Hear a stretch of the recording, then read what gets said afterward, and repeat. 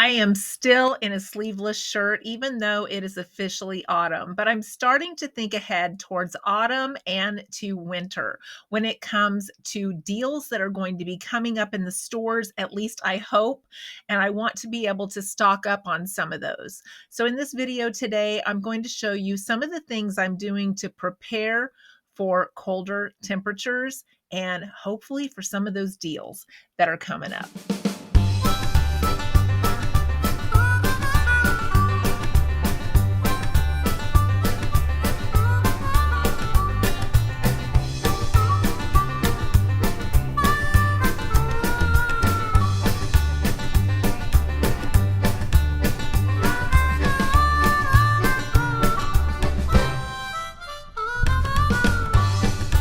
So historically, we normally get some really good deals around Thanksgiving and Christmas that we can stock up on. Many of us have been stocking up for a while because prices have been crazy. And we are pretty full right now, but to replace some of that stuff, the prices are way higher.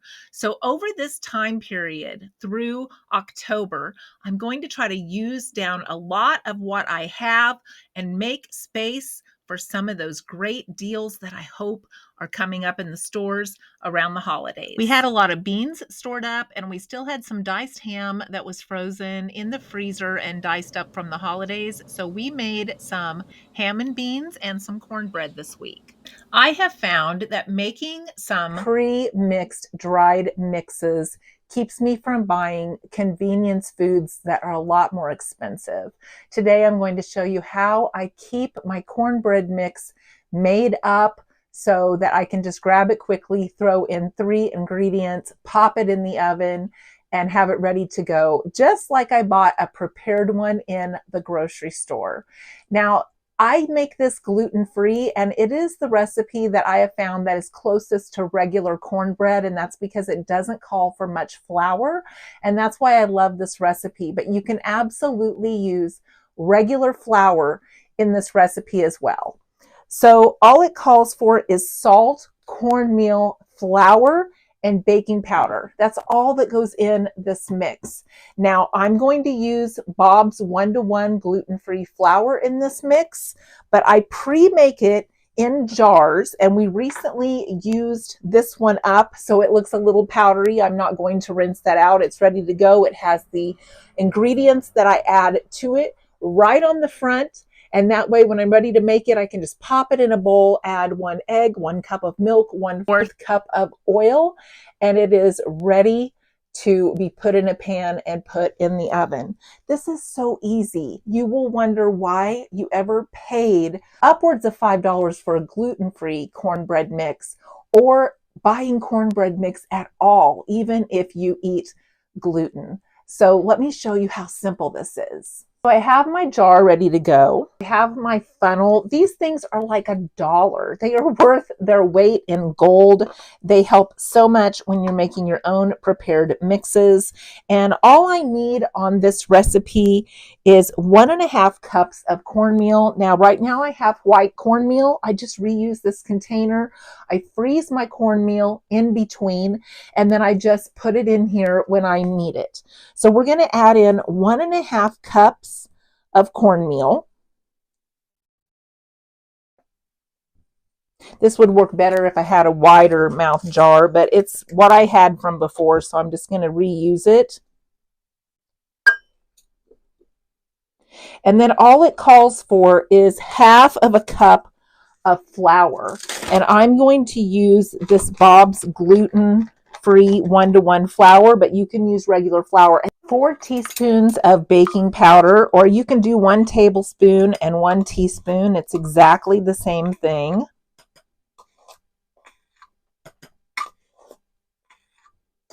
And 1/2 teaspoon of salt. And that's all that goes in this. And then you've just made your own cornbread mix. I mean, so super stinking easy, right? And then I'm ready to make it the next time, and I add 3 ingredients.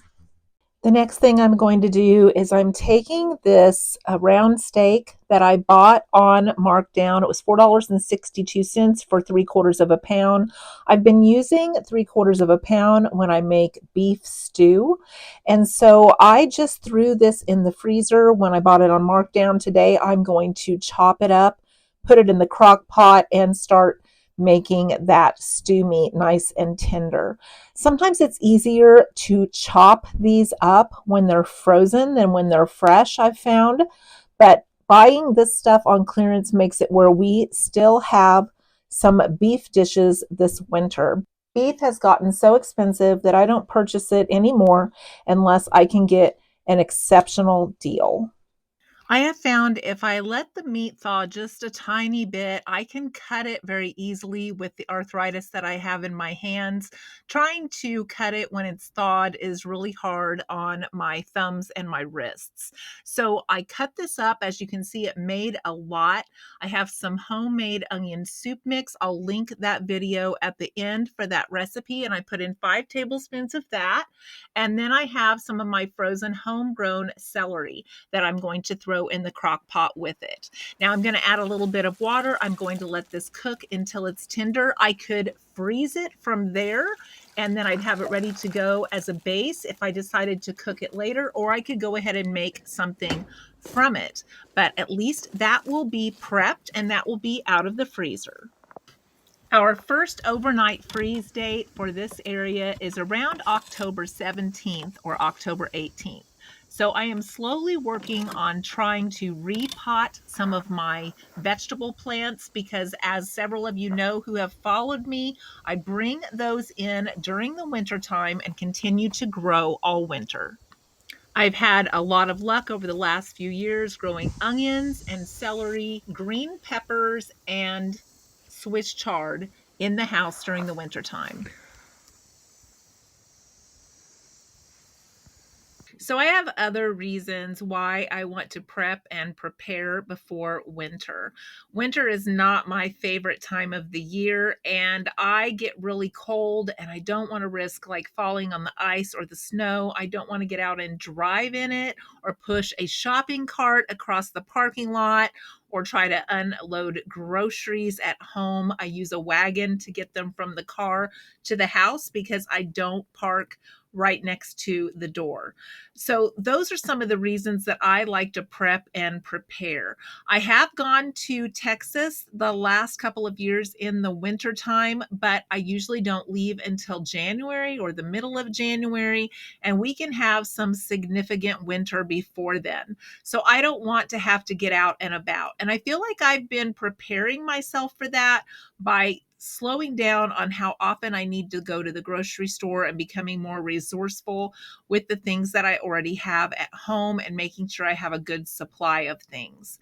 Another reason is I may be here the entire winter this year. My father in law is having some health issues, and I don't want to be that far away from home while he's going through those health issues. So, more than likely, I will not be going south this winter. We will just see how everything plays out. But right now, I'm kind of going into winter with that frame of mind. So let me know, what are some of the things that you do to prepare for autumn, for winter, for food storage? And how are you looking towards the next quarter or two that we have coming up with food prices? What are you doing to prepare with household supplies? Everything seems to be going up. So I think the best thing we can do is be as prepared as possible to try to snag up some of those sales over this next quarter in 2025. If you don't have an inventory of what you have already, that's a really great way to start preparing.